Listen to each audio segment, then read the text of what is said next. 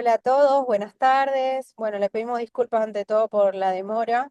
Tuvimos un problema con el link anterior y no podíamos ingresar, así que bueno, propio de la virtualidad, así que le pedimos disculpas a todos. Están desde muy puntual para poder ingresar. Bueno, mientras esperamos que ingresen el resto de los compañeros, quería consultarles, como hacemos siempre en este pequeño espacio, consultarles si tienen alguna duda, tuvieron alguna duda. Muchos se estuvieron poniendo al día en las vacaciones justamente con los trabajos y demás. Así que si hay alguien que por ahí tenga alguna duda,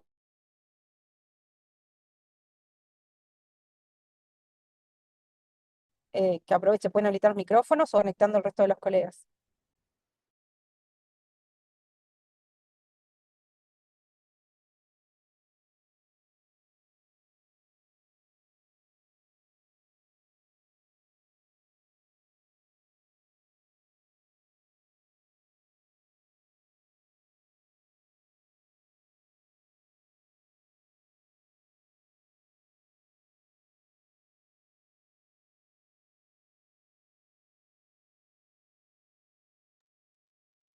Bueno, vamos a iniciar porque seguramente Claudia, que es la docente que está hoy con nosotros, tiene mucho para contarnos y bueno, ya que arrancamos tarde, por lo menos vamos a intentar hacer.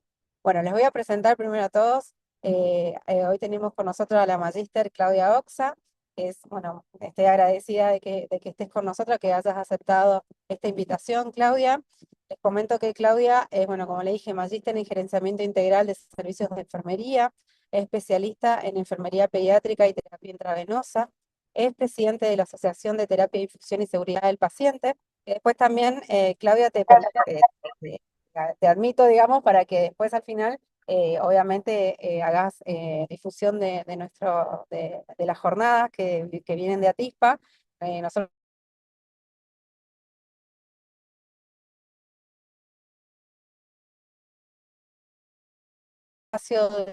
también formo parte de Atispa, entonces es una forma de difusión también.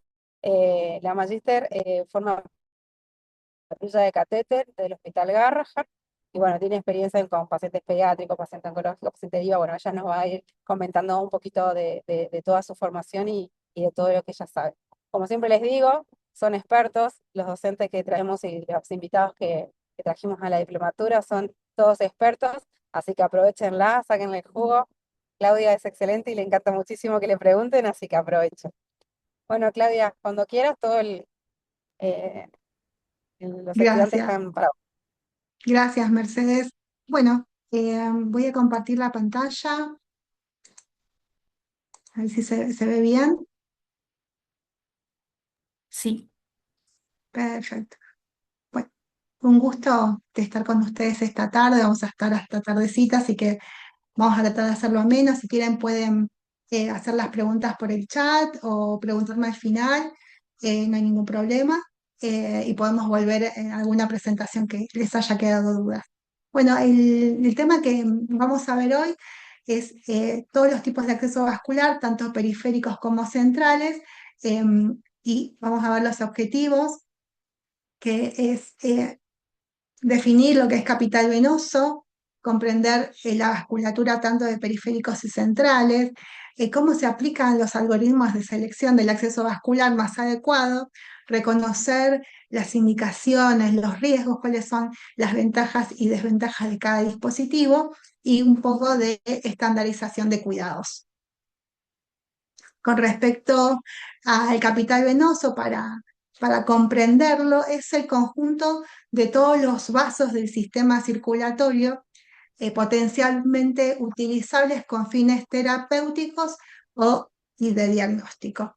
Entonces, cada vena tiene un diámetro y un flujo específico. Por ejemplo, las venas metacarpianas, que son las de la mano, tienen diámetros pequeños que pueden ser en un paciente adulto de 2 centímetros hasta 5 pacientes grandes, y tiene un flujo de 5 a 10 milímetros, ¿sí?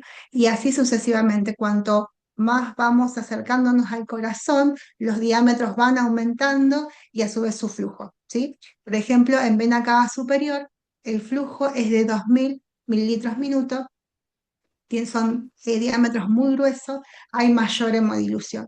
En cambio, en una vena cefálica, por ejemplo, puede haber un flujo de 20 a 45. Por eso vean el flujo y la hemodilución que puede haber en un acceso periférico, ¿sí?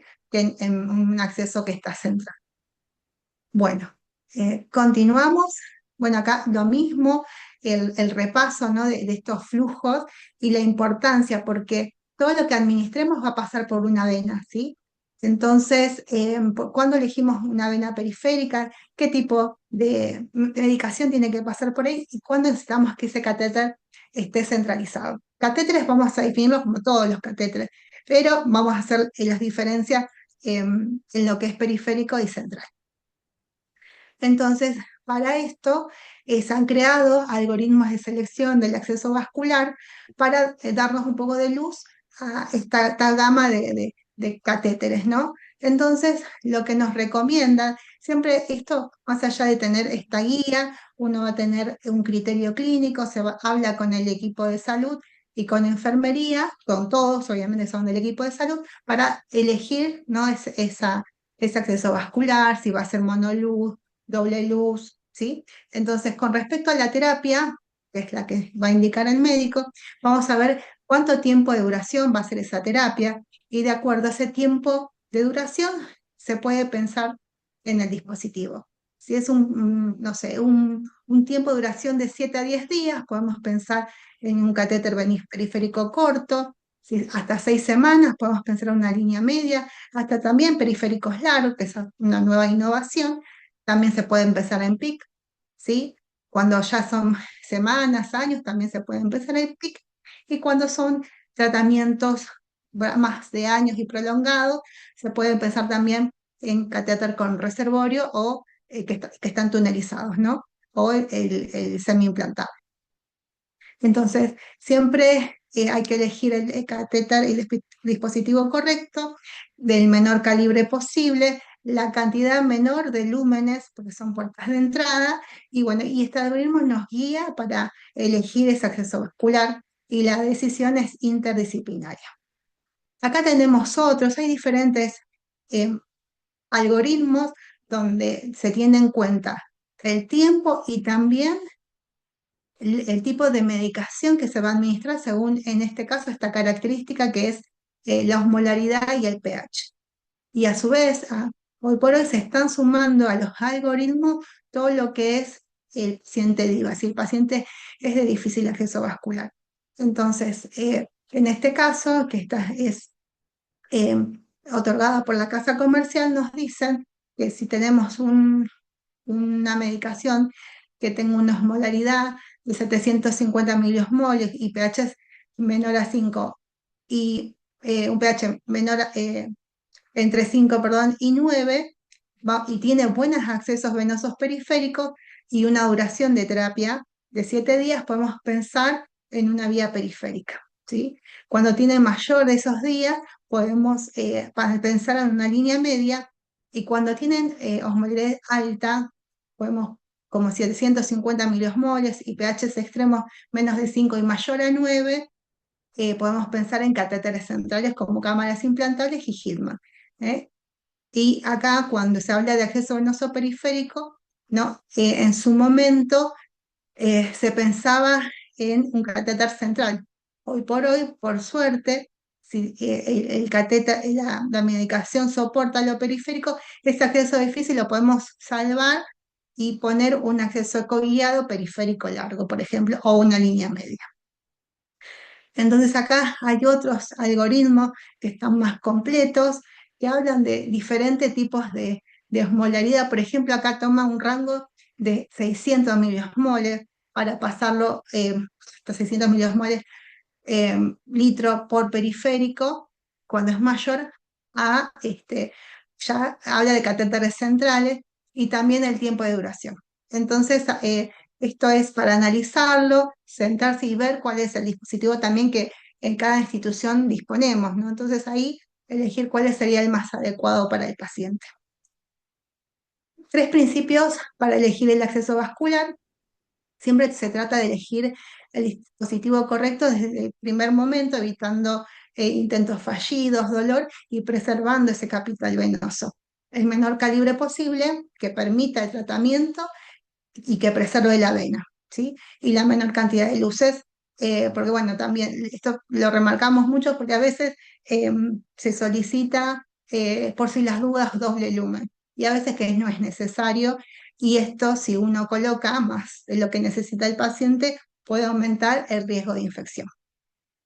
Esta valoración de elegir el acceso vascular se llama valoración proactiva y elegimos el dispositivo vascular más adecuado para cada paciente.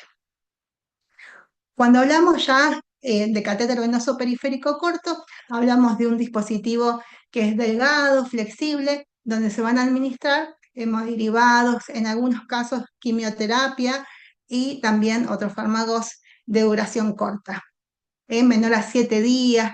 Bueno, hoy por hoy, cuando uno tiene pensado en colocar una vía periférica corta, es para tratamientos cortos, más allá de que no se cambian rutinariamente, que se mantienen si están en buenas condiciones y el cambio es clínico, siempre se piensa que esa vía periférica va a durar poco tiempo, ¿no? Porque cuando ya pensamos en tratamientos más largos, se va a empezar a pensar en una línea media o hoy por hoy, por suerte, en un periférico largo. Por eso, pero bueno, lo que no se recomienda es que se pasen soluciones vesicantes o fuertemente irritantes. ¿Cuál es la ventaja del catéter venoso periférico corto?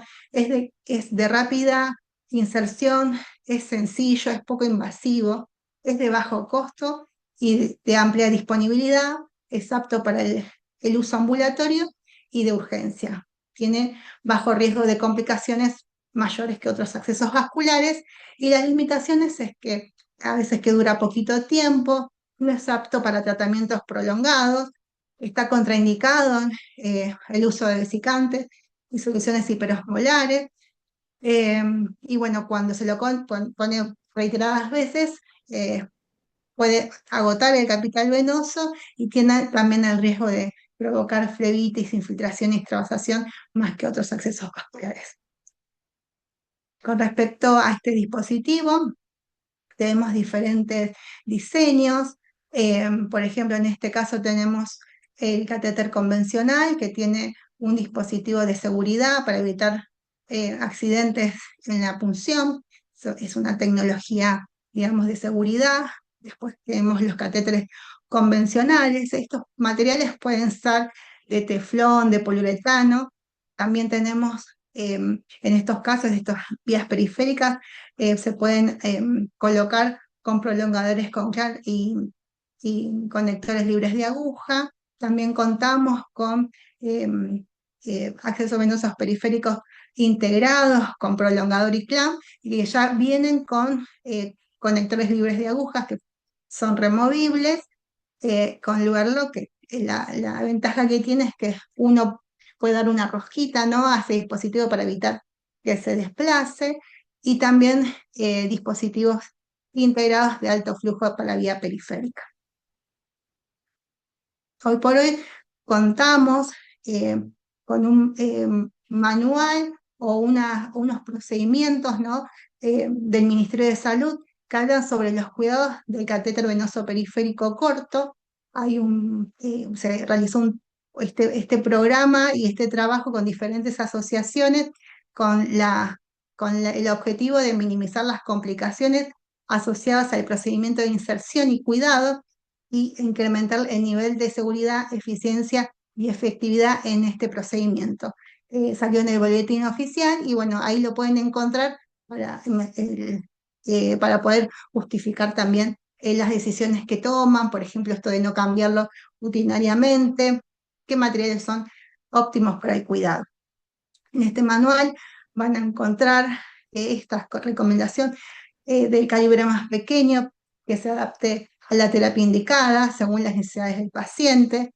También un poco de los colores que vienen cada gauge de la vía periférica, cuál es su velocidad de infusión, que eso también está en el packaging del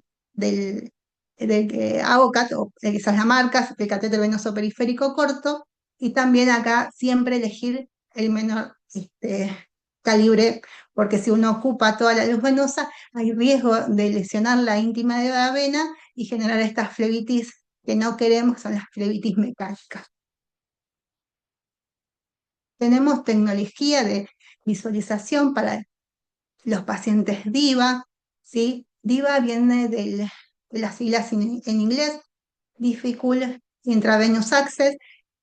Son pacientes que no se ven, no se palpan, eh, y que para poder abordarlos con mayor seguridad tenemos que abordarlos con tecnología de infrarrojo o con ultrasonido, ¿sí? Estos pacientes muchas veces, por ejemplo, en la actualidad hay muchos pacientes tatuados que ahí no podemos ni ver ni palpar porque están todos tatuados, y si a esto sumamos la obesidad eh, o pocos lugares para poder funcionar, se nos va a dificultar un montón. Y en niños o en pacientes que son obesos, es también una categorización de DIVA. Con respecto a normas internacionales, cuando hablamos de la vía periférica, nos recomiendan que coloquemos 2/3 partes eh, del catéter dentro de la luz venosa, porque si hay un pedacito dentro de la luz venosa tiene más riesgo de infiltración. Entonces es muy importante cuando uno punza, más allá que la vía periférica se coloca en venas superficiales, cuando vamos al brazo se profundizan un poquito más y tenemos que tener esto, 2/3 del catéter dentro de la luz venosa, ¿sí? Para evitar esos riesgos. También lo que nos dicen esta norma del Ministerio de Salud, que hagamos 2 intentos por operador y limitar todos los intentos a 4. O sea, evitar que puncemos muchas veces al paciente, eh, y esas 2 primeras por ahí con el profesional el que está atendiendo al paciente, y las 2 segundas que sea un profesional que sea experto o que tenga más experiencia en esa colocación. Con respecto a la administración de medicamentos vesicantes a través de la vía periférica, hay que controlarlo, hay que mirarlo, y si podemos evitar que pase esa medicación por la vía periférica, elegiríamos un catéter centralizado, ¿sí? Por eso es evitar administrar. Hoy por hoy sabemos que en muchas instituciones el tratamiento tiene que ser inminente para que sea eficaz. Si colocamos y pasa esa medicación, tenemos que controlarla más seguido. Zonas para evitar la inserción de esta vía periférica, tenemos que evitar las zonas de flexión, porque al tener mayor movilidad tienen más riesgo de extracción accidental, evitar la cara interna de la muñeca por riesgo de punzar una arteria o un nervio, evitar las extremidades inferiores, porque tienen menor circulación y mayor riesgo de tromboflebitis e infección. También, si tenemos que elegir, no elegir miembros afectados con una disección ganglionar previa, fístulas arteriovenosas o en pacientes que tienen poca movilidad en ese miembro, en zonas que están afectadas por lesiones cutáneas, por riesgo de bacteriemas o septicemia, y siempre en venas que están próximas, que están cerca de las arterias, evitarlas, o las venas que son muy pequeñas y frágiles y esclerosadas. Con respecto a la administración de quimioterapia por vía periférica, lo que nos recomiendan en recomendaciones internacionales es que no use un acceso que esté mayor de 24 horas. Esto muchas veces es difícil porque tal vez ese paciente es DIVA, pero bueno, tenemos que chequear bien ese acceso como está antes de la administración de cualquier citostático. Bueno, y acá lo mismo, ¿no? Que evitemos los sitios de colocación en venas de la zona ventral de la mano, en la parte dorsal, la muñeca, en fosas antecubitales, en zonas cerca de las articulaciones, miembros inferiores. También que elijamos una vena grande, lisa y palpable para la colocación, y de ser necesario, ¿no? Utilizar tecnología. También en administración de medicación hiperosmolar y vesicante, se desaconseja mayor de que tengamos infusiones prolongadas más de 60 minutos. En general, bueno, en el hospital que yo trabajaba, todo lo que era vesicante se tenía que poner, digamos, manualmente y estar chequeando cómo está ese acceso en todo momento. Pero esto también tiene que ver con las normas institucionales. El uso de bombas de infusión también requiere un buen acceso vascular, si es preferible que esté recientemente insertado ese acceso vascular, y siempre se tiene que controlar rutinariamente durante toda la infusión. Bueno, y se recomienda no poner en venas del antebrazo, ¿no? En zonas de flexura, en la mano o en la muñeca. El sitio de inserción, bueno, de inserción de ese acceso vascular, hay que determinar dónde se va a colocar, la condición de la piel, si el calibre que voy a colocar de catéter está, la vena está adecuada, ¿sí? Y con respecto a cómo se debe colocar, bueno, higiene de manos, el antiséptico que se va a utilizar para hacer la antisepsia de la piel puede ser alcohol, y el lavado de manos puede ser un lavado de manos con alcohol gel o un jabón antimicrobiano, agua. Bueno, antes de todo procedimiento, lavado de manos. Después, con respecto a la piel del paciente, bueno, como gol estándar, clorexidina en base alcohólica, alcohol, bueno, y la fricción. La técnica séptica, que se habla en muchos lados, que la técnica séptica, la técnica ANT, es no tocar, o sea, una vez que uno pasa ese antiséptico, coloca el acceso vascular, no debería estar tocando y viendo a cada rato, ¿no? Donde uno va a punzar. Si va a tocar mucho, no, porque el paciente es difícil, lo necesita tocar para asegurarse que está colocando correctamente ese acceso, se tendría que colocar guantes estériles.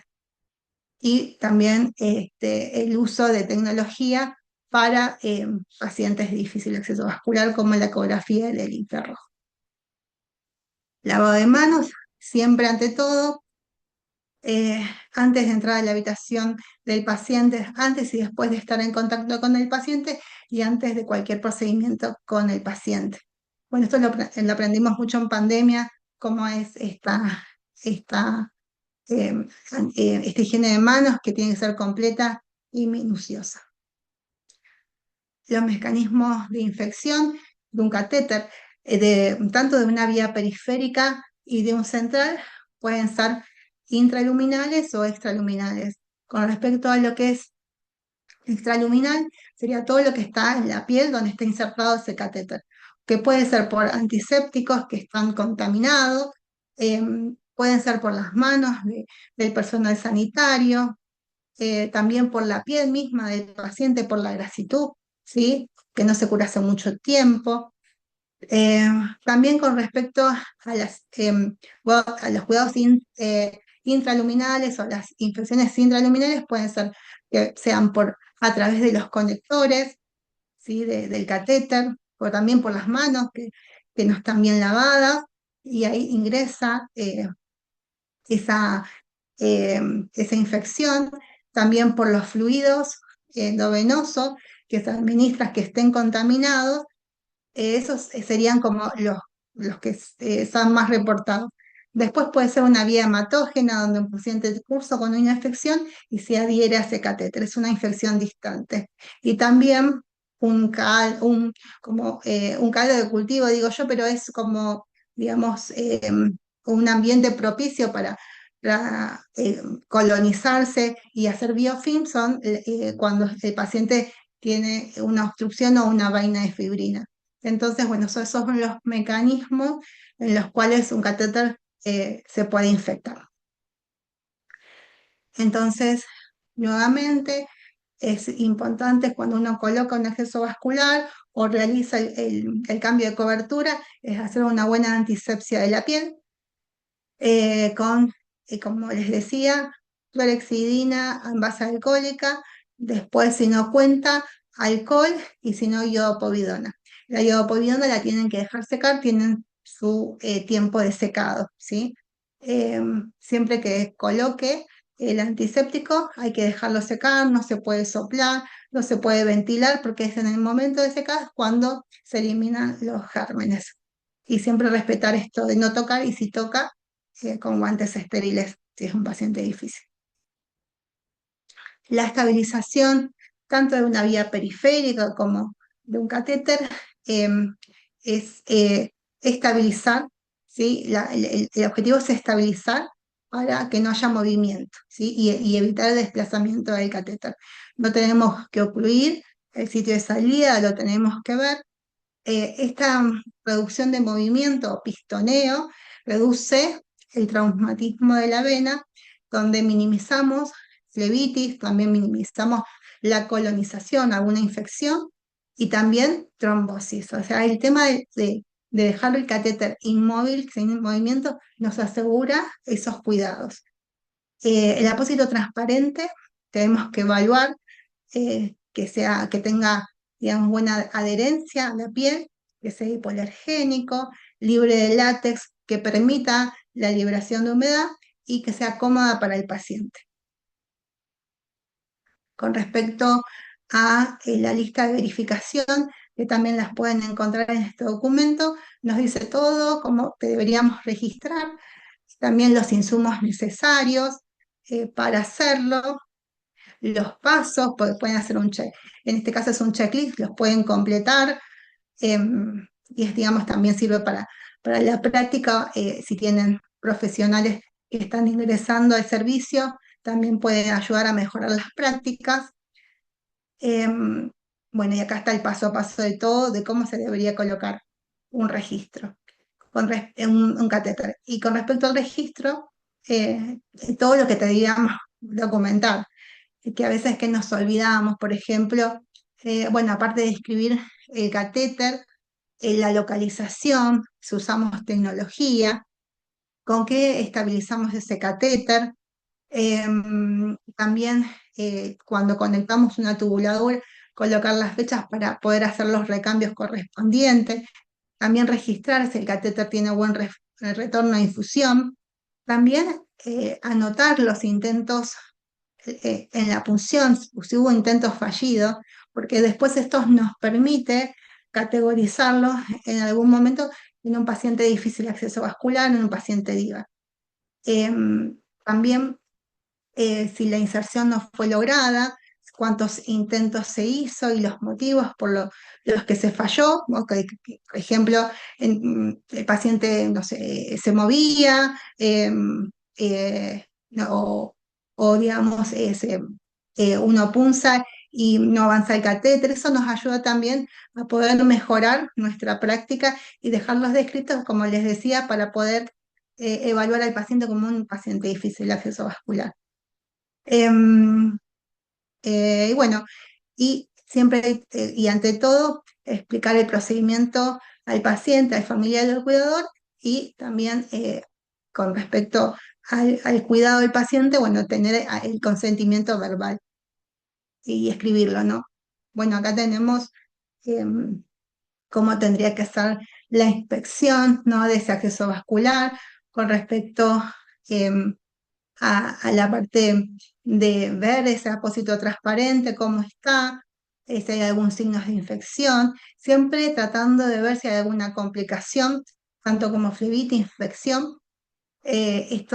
Tanto la flebitis, tenemos escalas de valoración, así que eso también se puede mejorar en cada servicio.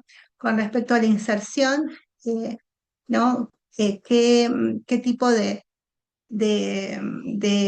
inserción hubo, qué antisépticos usaron, los apósitos transparentes también que sujetan a ese dispositivo, las características, bueno, todo se tiene que documentar, es lo que veníamos viendo, todo de forma reducida para poder chequear y hacer las mejoras, ¿no?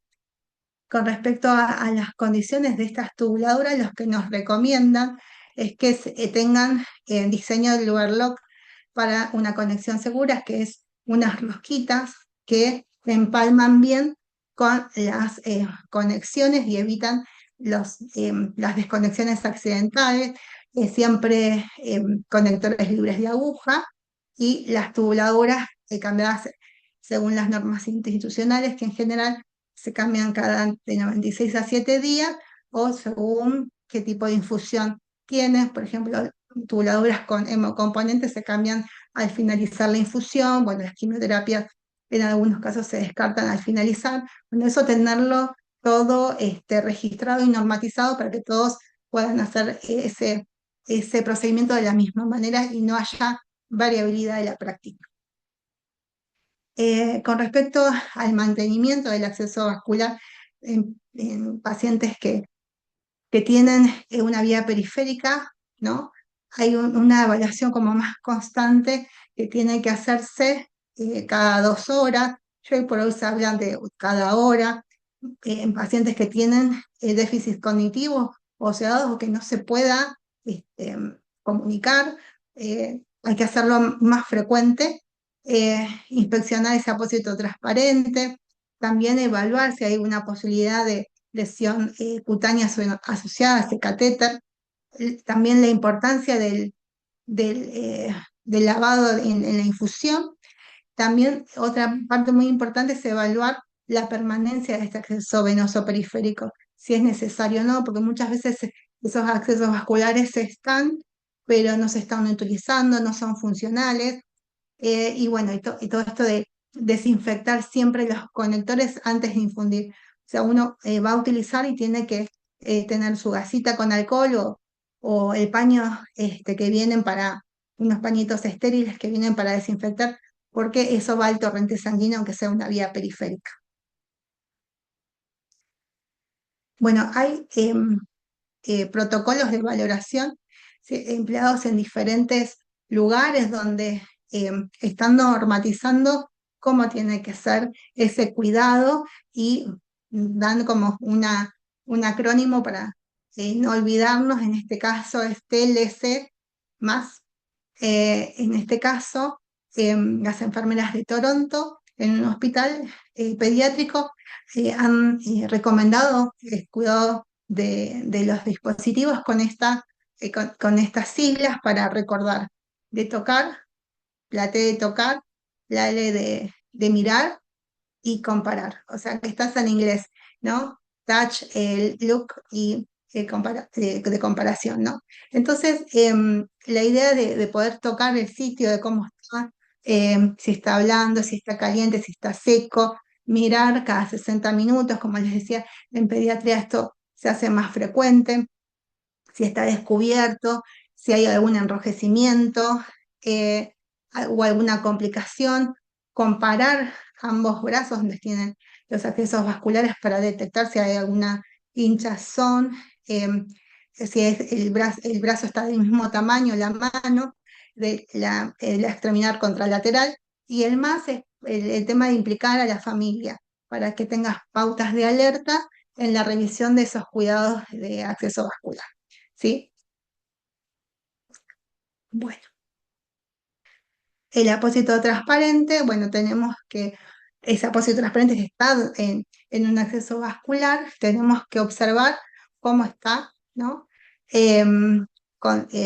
Hay escalas, tanto de flebitis, pero con respecto a ese apósito transparente, tenemos que ver que en el caso de contar que una etiqueta para que podamos registrar la fecha de cambio de cobertura, ¿sí? Ver si ese apósito está sucio, manchado con sangre, hay que curarlo en esos casos, y si cuentan con una cita en el sitio de inserción, hay que retirarlas a las 48 horas, ¿sí? Si no, esa cambio de cobertura y esa curación se debería hacer cada 7 días. Esto es lo mismo, ¿no?, para los accesos de larga permanencia. Es el mismo cuidado. Con respecto al sitio, como les decía, hay que tocar, evaluar si hay algún edema, algún exudado. eh, Se puede hacer esa evaluación previamente al lavado de manos, ¿sí? Eh, para observar si hay algún dolor o alguna molestia. Se puede hacer con o sin guantes. Esto, los guantes es si el paciente está con algún aislamiento del contacto. Los conectores, eh, que son los conectores libres de aguja, se realizan los cambios cada 7 días, o si están sucios, manchados también. Lo que nos recomiendan es que estos conectores sean transparentes, no en este caso que es color azul, porque no se puede ver en la parte interna, no cómo está, si hay restos de sangre. Para hacer esa desinfección, lo recomendable es hacerlo con alcohol, con una fricción de 15 segundos. Es una desinfección activa, y cuando hablamos de una desinfección pasiva, hablamos de las tapas de desinfección, o mi compañera les llama sombrerito, que se colocan en la parte superior de estos conectores libres de aguja, y una vez que está esta tapita que adentro contiene una toallita de alcohol isopropílico, lo que hace es desinfectarlo pasivamente, porque está en contacto con la parte del septum, ¿no? Que va a la conexión de la jeringa. Eh, ¿Cuánto tiempo hace la acción? Cuando pasan, cuando pasan 30 segundos. Estas tapitas se utilizan en general cuando hay muchas infecciones asociadas a catéter. Lo que hace es proteger a ese dispositivo de contaminaciones ambientales. Se los coloca cuando están intermitentes, cuando no están sin un uso, son único uso. Una vez que se coloca, si se lo desenrosca, se lo retira, no se puede volver a colocar. Como les decía, es único uso, y en general se están usando en el hospital en el cual trabajo para pacientes ambulatorios, ¿sí? Eh, y lo que recomiendo, una vez que uno lo retira, como está desinfectado pasivamente, no es necesario volver a hacer la desinfección. Pero en muchos casos, en algunas instituciones, lo vuelven a hacer para poder y limpiar los laterales de ese conector y evitar alguna contaminación. Pero desde el producto se saca la tapita y se conecta a la jeringa sin ningún problema, porque ya está desinfectado. Con respecto a la permeabilidad del acceso venoso periférico, esta va a depender, ¿no? Del tipo de conector que tengamos, ¿sí? Una de las cosas, y cómo se hace la técnica de cierre. Pero con todos los dispositivos, incluyendo el catéter venoso periférico, se hace un lavado pulsátil con solución fisiológica, ¿sí? Y el cierre en presión positiva es cuando yo infundo esa solución, eh, clampeo y después desconecto la jeringa. Esa es la presión, el cierre a presión positiva, ¿sí? Cuando se realiza los lavados, que se realizan cuando pasan soluciones medicamentosas, cuando pasan hemocomponentes o hemoderivados, digamos, este tipo de lavado permiten permeabilizar el catéter y evitar también que queden restos de sangre dentro de la luz, y esto, si queda, ¿no? Aumenta el riesgo, como habíamos hablado, del crecimiento de microorganismos. Con respecto a los conectores, tenemos diferentes tipos de conectores, que son estos conectores de, eh, diferentes desplazamientos. Tenemos desplazamientos positivos, negativos y desplazamiento neutro. El desplazamiento positivo del conector, tenemos un tipo de cierre que tenemos que hacer, que nos recomiendan que cuando infundimos una solución, desconectemos la jeringa y después cerramos el clamp. Cuando es un desplazamiento negativo, el desplazamiento negativo es cuando yo infundo una solución y desconecto la jeringa, tengo como un retroceso de la solución, y si esto está en una vena, acá ingresa sangre. Entonces lo que nos dicen es que mantengamos la presión cuando infundimos, y en infusión cerramos el clamp, y luego que desconectemos la jeringa para evitar ese desplazamiento. Cuando hablamos de desplazamiento neutro, no depende de ninguna técnica, uno desconecta la jeringa y se mantiene igual. Entonces no hay ninguna recomendación con respecto al momento del clampeamiento del catéter. Entonces esto es muy importante porque si nosotros no cerramos bien en el momento adecuado, el catéter puede haber un retorno y el catéter está ocupado, ¿sí? El catéter línea media tomado como un catéter que es un catéter periférico, ¿no? Se puede estar colocado en el brazo, puede estar colocado la punta en línea media axilar o línea media clavicular. En general, lo que, eh, lo que nos recomienda en tiempos de duración es que dure un mes y podemos colocar soluciones que soporten lo periférico. Si el paciente necesita administrar drogas que son vesicantes, ya deberíamos pensar en un PIC, que es un catéter que está centralizado. Vamos a ver una colocación de un catéter línea media. Estos catéteres se pueden colocar a pie de cama del paciente. Bueno, se realiza la antisepsia de la piel. Estos se colocan em, con em, guía ecográfica. Es una colocación em, que tiene que hacerse estéril. Ahí vemos cómo las colegas están realizando la esterilización de la sonda ecográfica, y la punción es a través de una vena periférica. Se realiza una punción dinámica, en este caso se llama en corte transversal, donde vemos la vena redondita y vemos cómo avanza el catéter, digo, la aguja, perdón, y la idea es tener una precisión en la colocación para evitar punzar la pared posterior de la vena. Esto es visto a la vena a lo largo, se llama corte longitudinal, y bueno, ahí evitamos que trasvasar la pared posterior. Todo lo que es colocación de vía periférica, le evitamos al paciente complicaciones que podría tener, por ejemplo, un catéter central, que son hemotoras, neumotoras. Como son venas periféricas, realmente le, le disminuimos esos riesgos.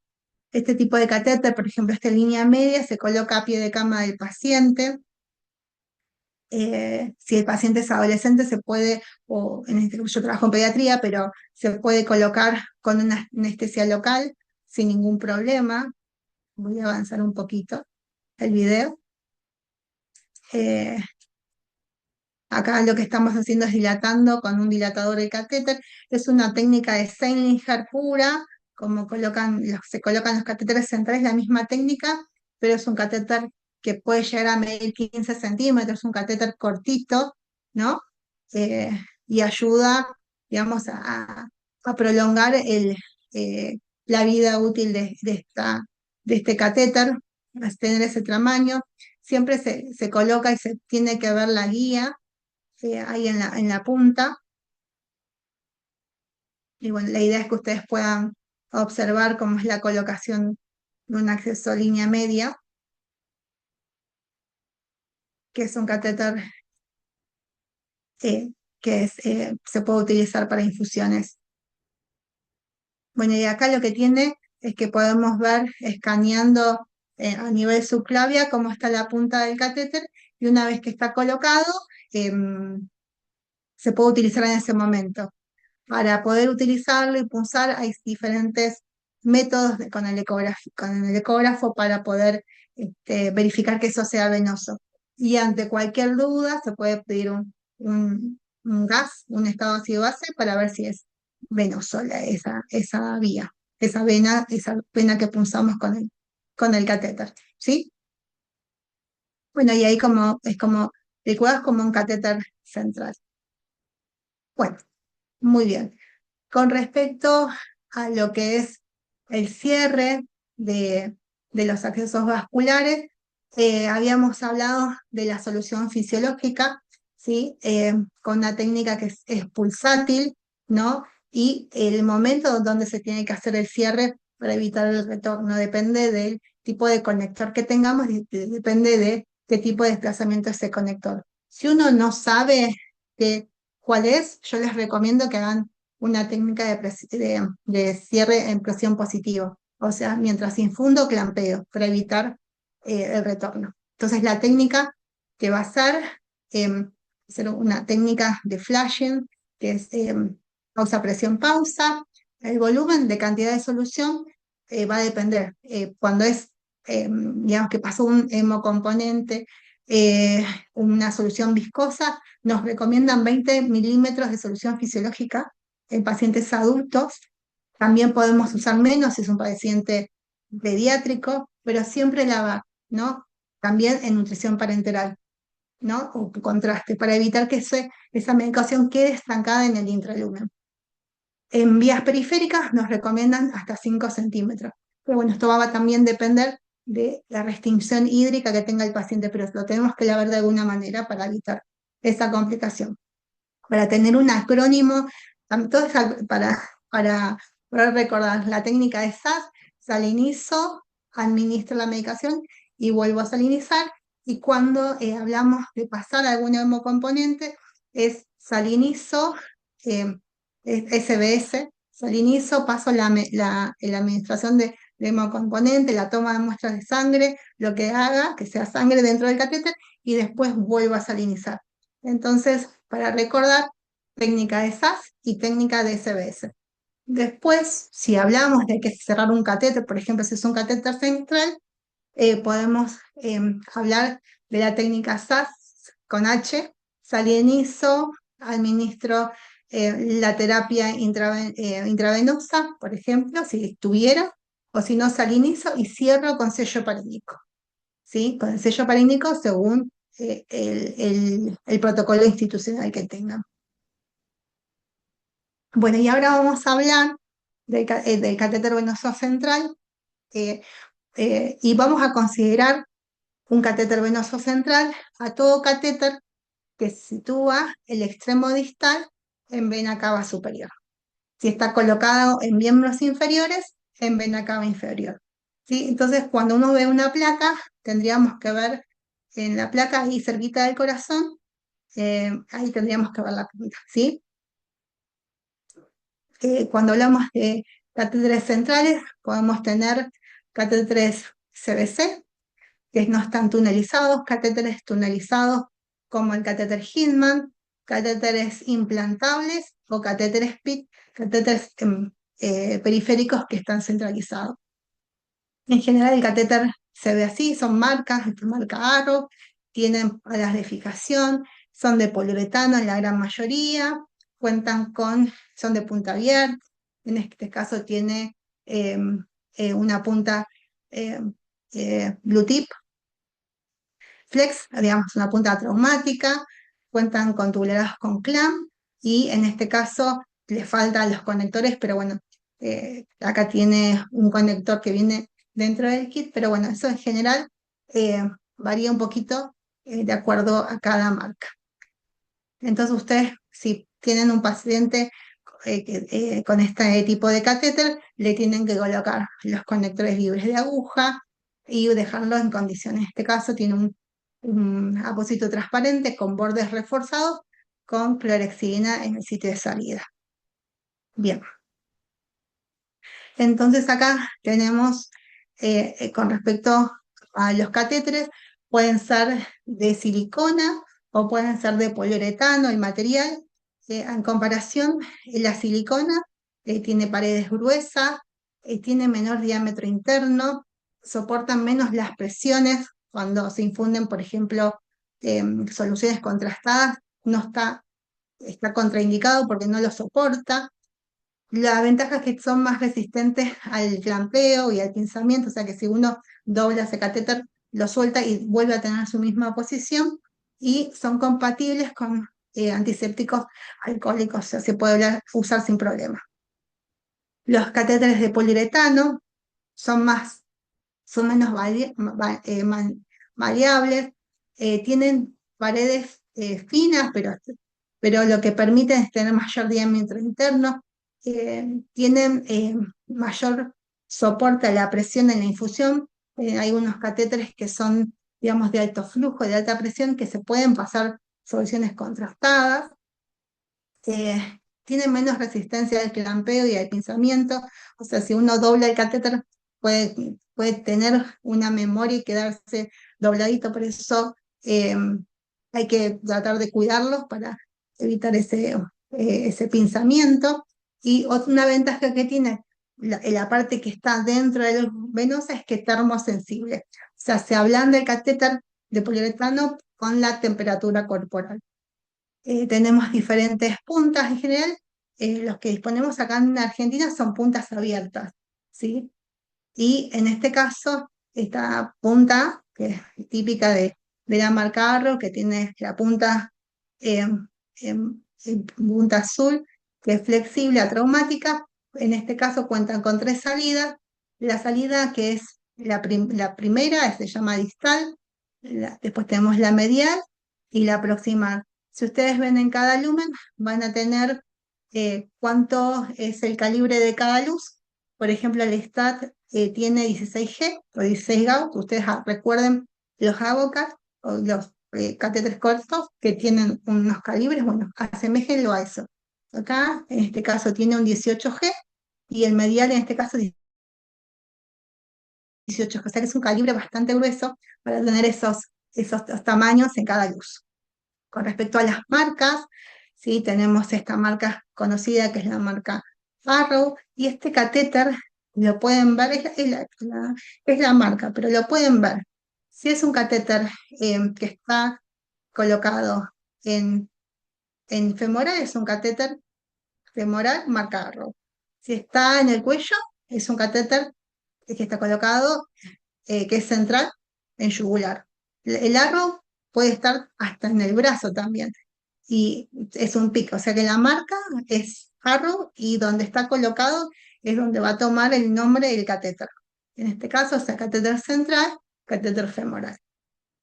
Puede estar en su clavia también o en yugular interno. Para que tengan una noción, un French equivale a 0,33 milímetros.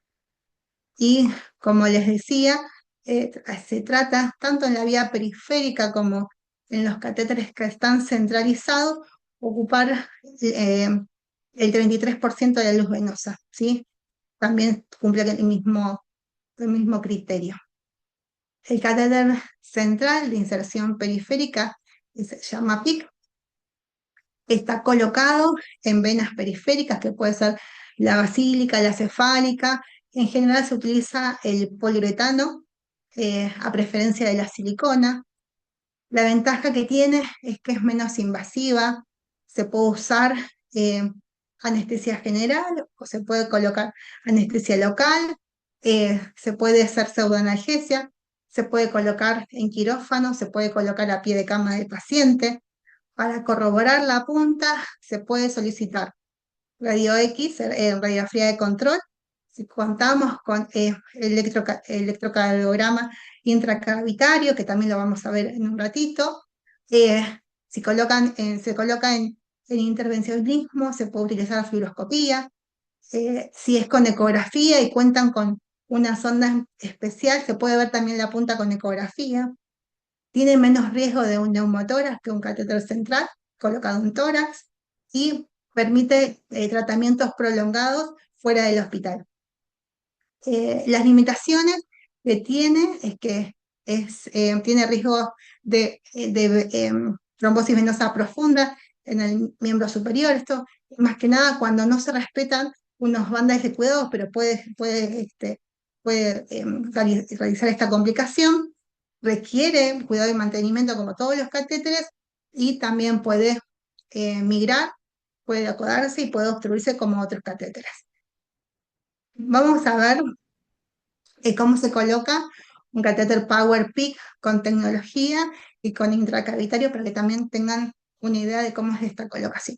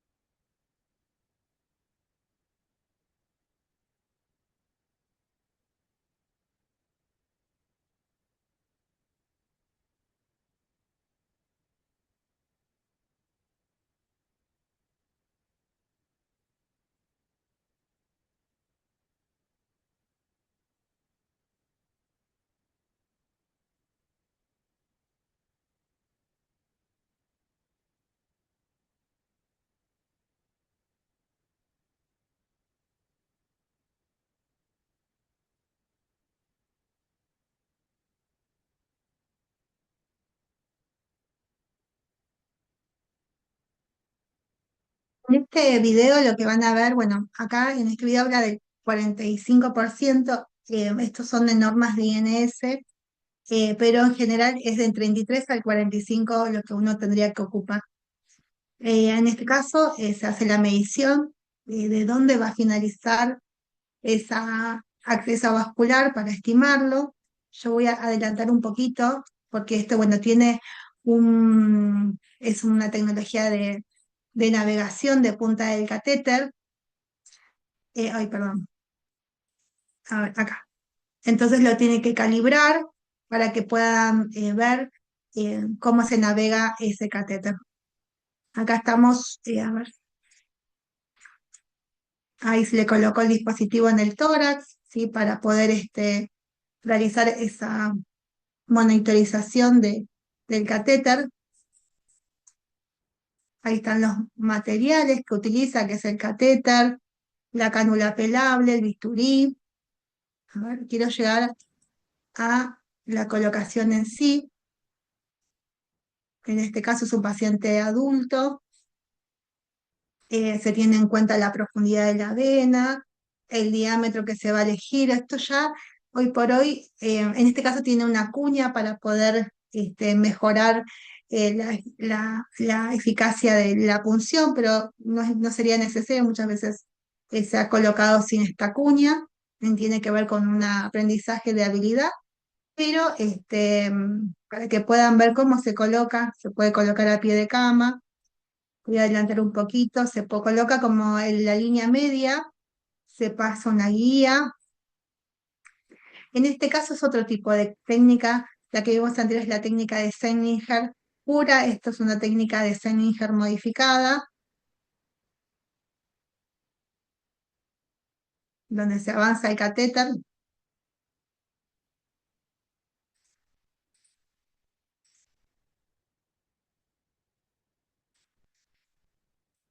Acá colocan un anestésico local,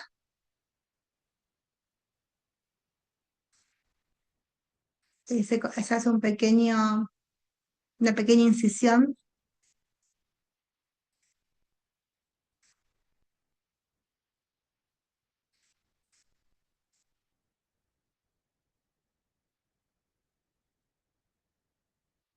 Voy a avanzar. Bueno, esta es la cánula pelable. Esta fue colocada sobre la guía, deja la cánula pelable dentro de la vena y acá lo que hace la profesional es retirarle la guía interna, realizar el corte según la medición previa que realizó y esta punta tiene una punta diamantada que ayuda a esa verificación con ese dispositivo que le puso en el tórax, ¿sí? Eso voy a avanzarlo.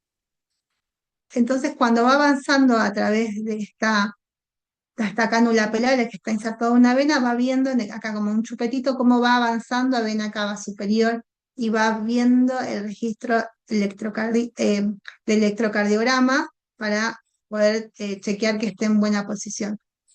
Generalmente es cuando bueno, acá está viendo, es cuando la onda P tiene su pico más máximo. ¿Mm?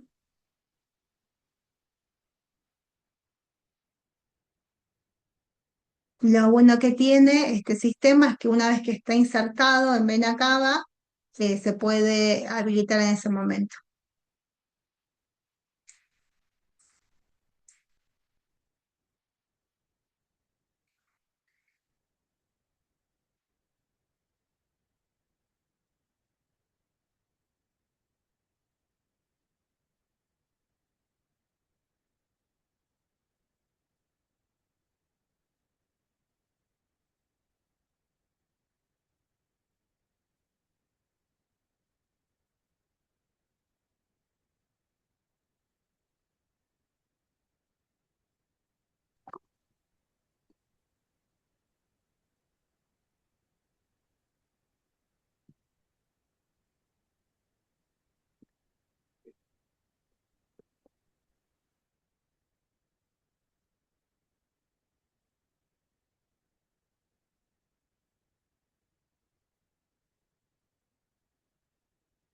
Esa es la técnica pulsátil que les comentaba. Pausa, presión, pausa. Sí. Clava, técnica pulsátil.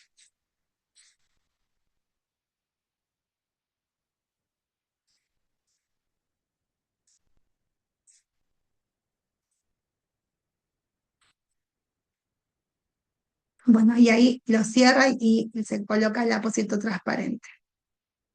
Bueno, el catéter venoso central puede tener una luz, dos luces, puede ser de silicona, de poliuretano, y bueno, puede tener diferentes luces, ¿sí?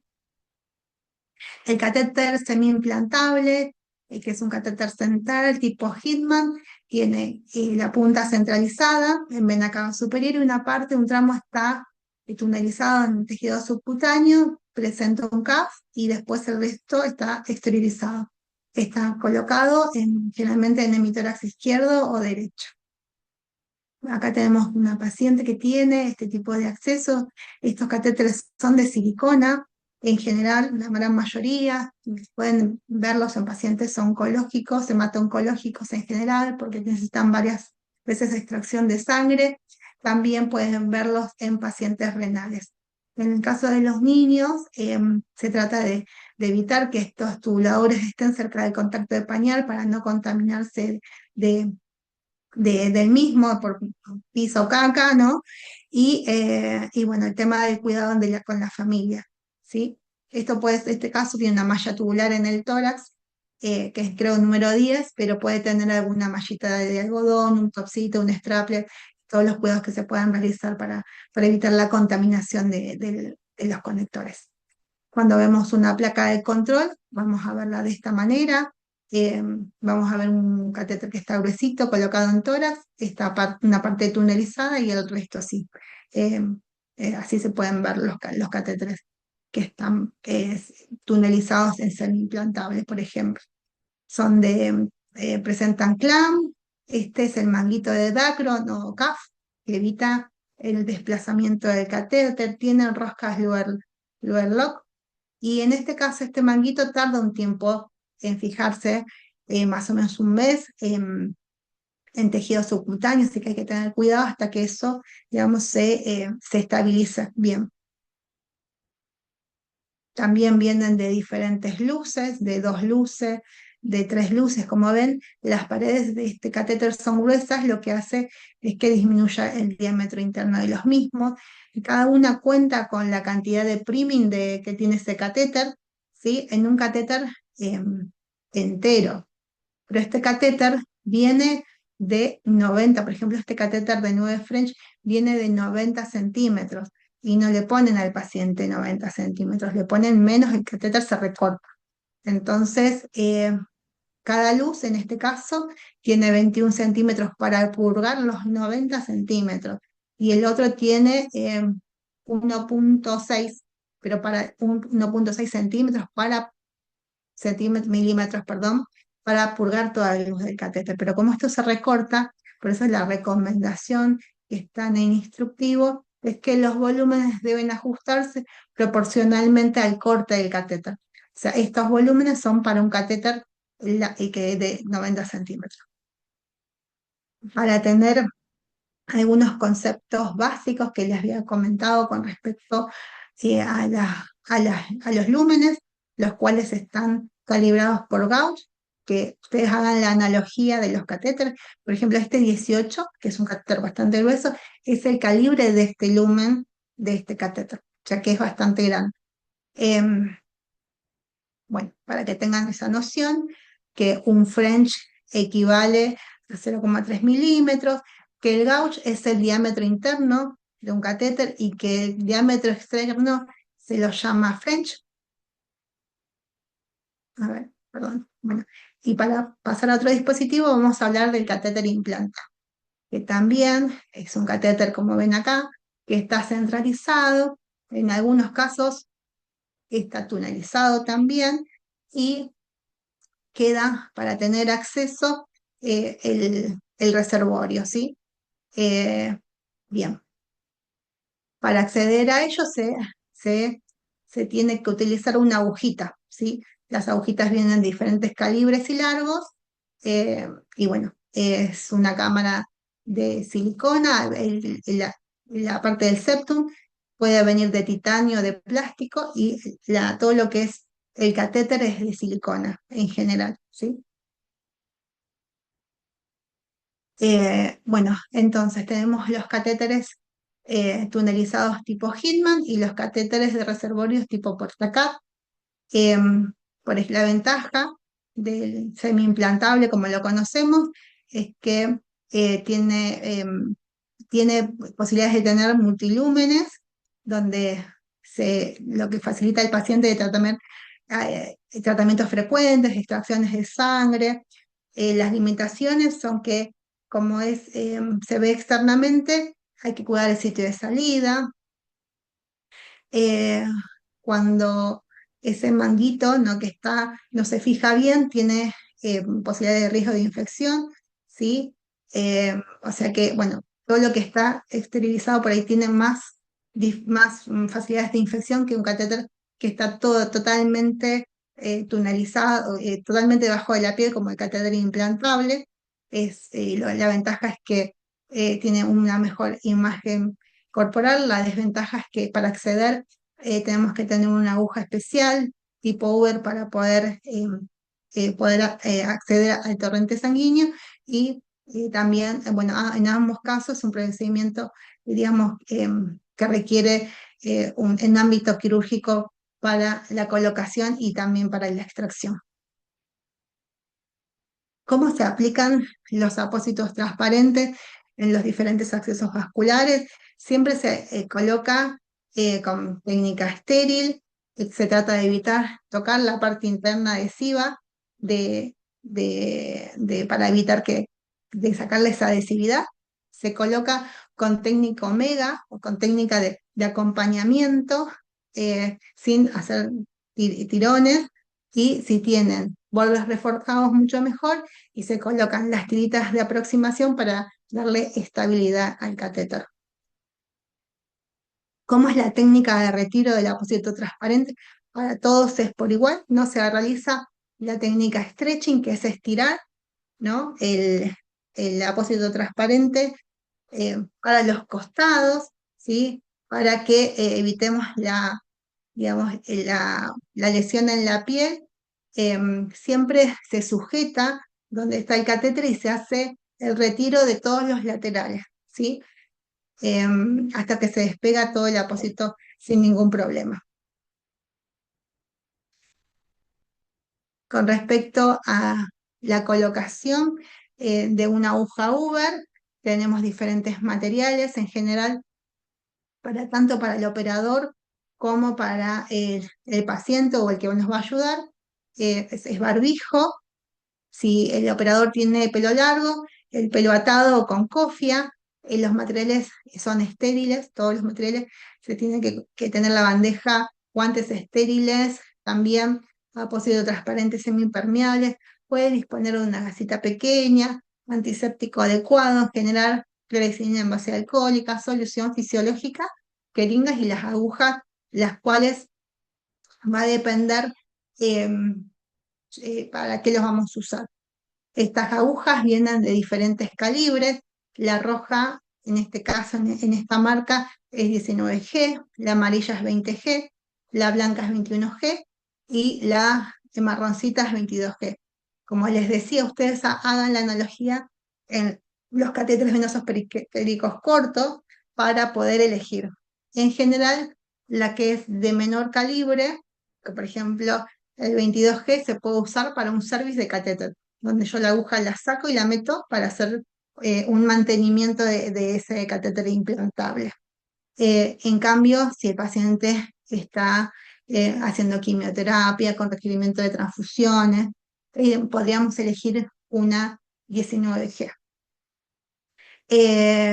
Y bueno, y así ver cuál es el calibre adecuado.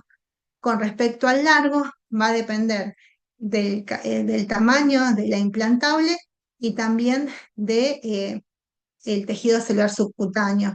Acá hay una aproximación, por ejemplo, de decir que el 17 milímetros se puede usar en neonatos y lactantes, el 25 en pediátricos y el 32 milímetros en adolescentes, en adultos y en obesos.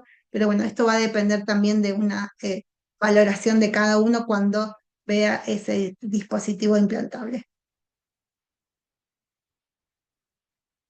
Con respecto a la preparación, bueno, se informa al paciente o al cuidador, a la familia, se prepara en la mesa, se tiene que desinfectar con todos los materiales y la aguja que uno ya eligió. Lo que se hace es palpar, se hace la antisepsia de la zona, se palpa la cámara con técnica C, la aguja va a 90 grados, ¿sí? Hasta tocar el fondo de la cámara y de ahí se realiza todo lo que es extracción de sangre para retirar el sello anterior. Luego se realiza el, el lavado de pausa, presión, pausa, técnica de presión positiva también, y después se puede retirar eh, luego de la heparinización si es un cervix o se deja habilitado si es una internación, por ejemplo.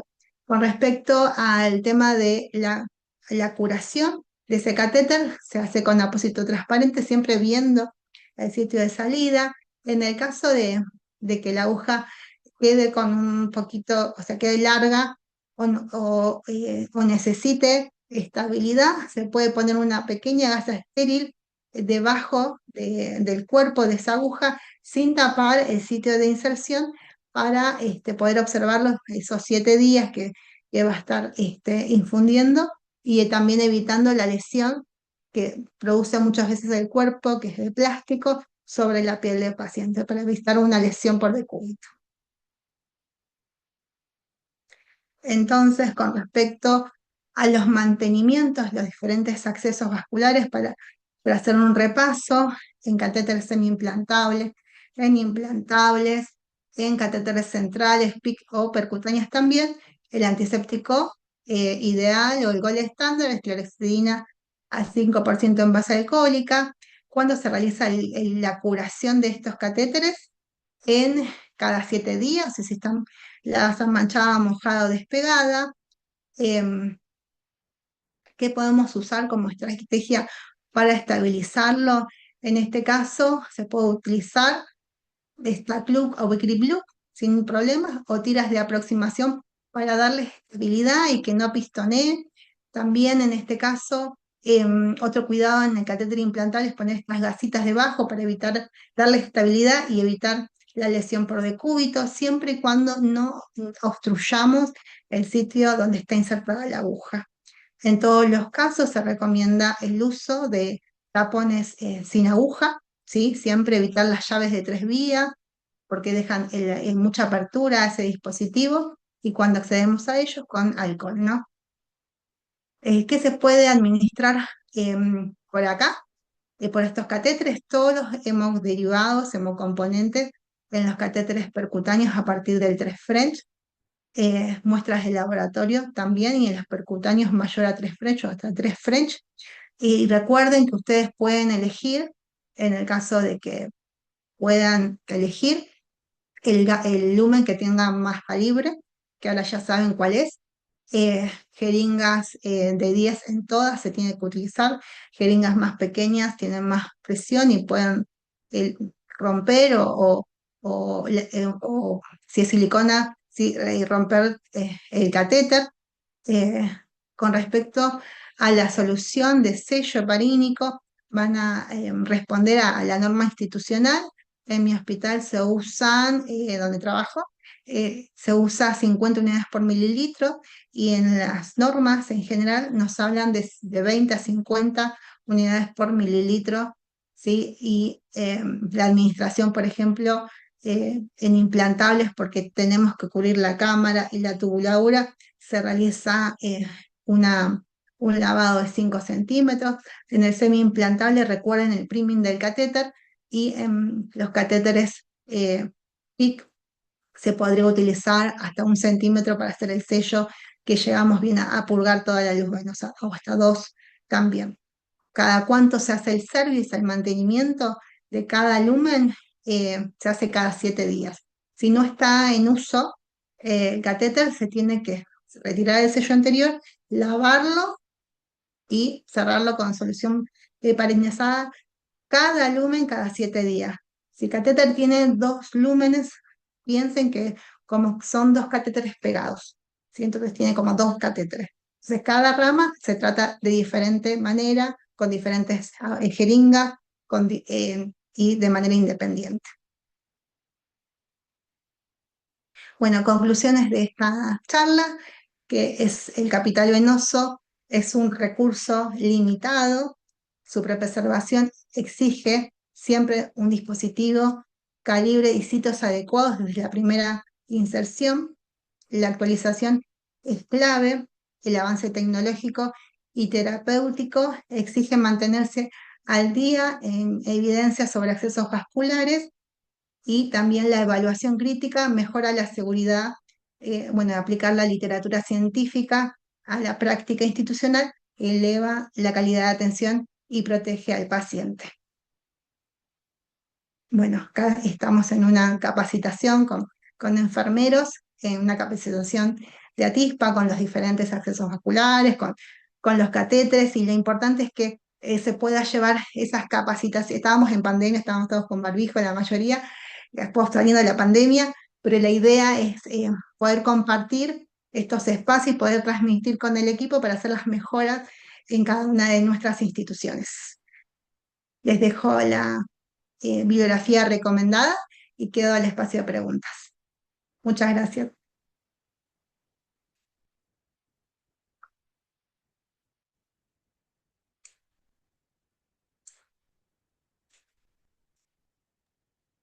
Hola profesora, ¿cómo estás? Mi nombre es Silvia. ¿Qué tal, Silvia? Sí, profe, le quería hacer una consulta porque en la institución donde yo trabajo utilizan mucho el portacat en vez de la vía central. Mm, Dice que es menos agresivo y como que tiene mejor para los cuidados, ¿no? Que mucho mejor. Y yo les expliqué a los médicos, ¿no? La diplomatura que estoy haciendo, y de hecho les mostré la bibliografía que ustedes subieron en el campus. Y bueno, ellos no recomiendan mucho las vías centrales para ese tipo de tratamiento. mm. La pregunta es, ¿cuál sería la diferencia? Porque los dos desembocan en lo que sería la vía central, ¿no? En la vena cava superior, en este caso. Sí, Entonces, como que me hizo un poquito de ruido porque no entendía está mucho, bien, ellos no sabían explicar eso. está bien. Gracias. Bueno, no, un gusto, Silvia, que pueden abrir las cámaras si quieren. Si quieren pueden abrir las cámaras, si no me siento tan sola Eh, bueno, con respecto a este algoritmo que yo te decía, que les comentaba de la selección del acceso, todos los catéteres son buenos si están bien utilizados. Ahí me encantaba y me encanta el catéter implantable porque es muy estético, ¿sí? Y en general ese tipo de acceso vascular se utiliza para pacientes oncológicos de tumores sólidos, por ejemplo, que tienen una una habilitación un poco menos infrecuente, ¿no? Para pacientes de fibrosis quísticas que hacen la toilette cuando se exacerba su patología y que no lo van a usar mucho, digamos, muy frecuentemente. ¿Por qué? Porque cuando uno coloca la aguja, le genera molestias al paciente, ¿no? Pero el mantenimiento, como les comentaba, se puede hacer del implantable cada 2 meses, pero sí requiere menos esos cuidados, ¿no? Pero si el paciente es un paciente hematológico, por ahí ya vamos a necesitar varias luces y varias extracciones de sangre.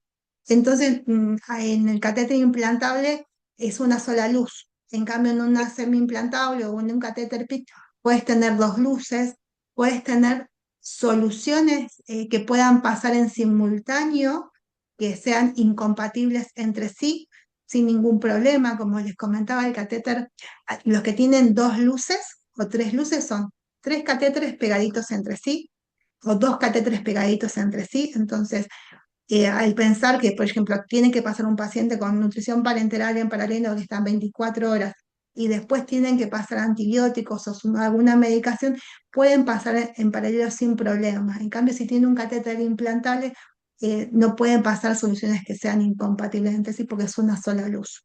Más allá que uno le pueda poner un prolongador bifurcado con diferentes ramas, pasa por una sola rama, por un solo catéter, puede precipitar, entonces también se tiene que tener en cuenta mucho qué se va a infundir por ahí. Si van a pasar muchas infusiones o van a estar acompañando una línea media, ¿no? Depende de si soporta lo periférico, pero una de las cosas no reemplaza a la otra, son para diferentes, digamos, diferentes tipos de patologías y diferentes tipos de tratamiento de la elección de ese acceso vascular. No sé si me expliqué. Sí, sí, perfecto. Profe, y otra Sí, preguntita, le sí. vamos a dar lugar a otro compañero. La agujita de habilitación del portacat, ¿cada cuánto es recomendable cambiar? Porque veo que Mira, también hay sí, hay calibres. discusión, hay mucha controversia en eso. Es como cuando yo hablo de cierre parinizado, van a escuchar también con cierre con solución fisiológica. Tal Ambas cual. son correctas. Según la bibliografía que fuimos recolectando y viendo dentro de la asociación, las dos son buenas prácticas. Los que tienen CDC, que es el Centro de Control de Infecciones de Atlanta, no tiene una recomendación para eso, o sea, está sin resolver, porque en ambos casos las personas que han hecho estudios multicéntricos o de bastante evidencia tienen los mismos resultados, tanto con solución fisiológica o con solución heparinizada, o sea que no pueden resolverlo. Entonces va a quedar a criterio de cada institución, ¿sí? Así que eso por un lado con respecto a la solución fisiológica. El tema del recambio de la aguja de implantable va a criterio de cada institución. También en esta norma de CDC nos habla que no hay recomendación para el cambio.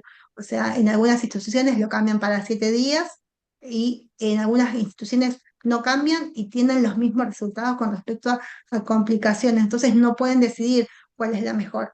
Por ejemplo, en mi Claro, institución, en el Garrahan, no se cambia la aguja. O sea, se mantiene la misma aguja hasta que finaliza el tratamiento del paciente o hay alguna complicación, pero no se cambia. Y en algunas instituciones se cambia. Entonces uno tiene que hacer evidencia, ¿no?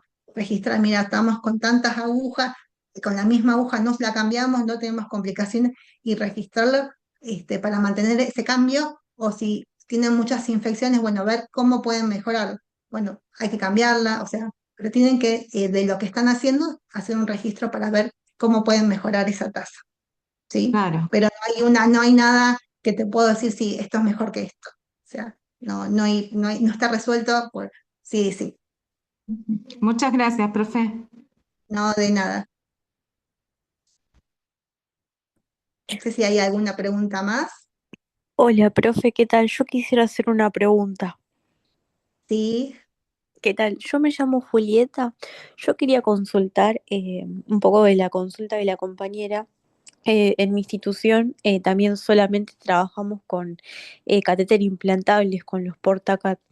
Lo que nos pasó hace un tiempo, que ahora ya no nos pasa más, gracias a Dios, son las infecciones asociadas al catéter. Nos pasa mucho, por ejemplo, que los pacientes vienen con la piel muy sucia. Nosotros cuando hacemos toda la asepsia para habilitar el catéter, pasamos primero una gasita con alcohol, como para evaluar el estado, digamos, de higiene de la piel. Y en la mayoría de las veces nos salía muy oscuro, ¿viste? Como con mucha grasitud de la piel. En realidad salía oscuro. Nosotros decimos mugre, pero sabemos que es grasitud y demás de la piel.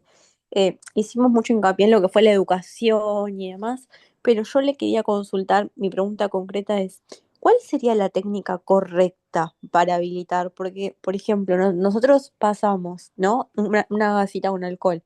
Vemos que sale oscuro y en ese caso, no sé, usamos un paño jabonoso con Previnox, secamos y después sí usamos las toallitas que tienen clorexidina al 2%.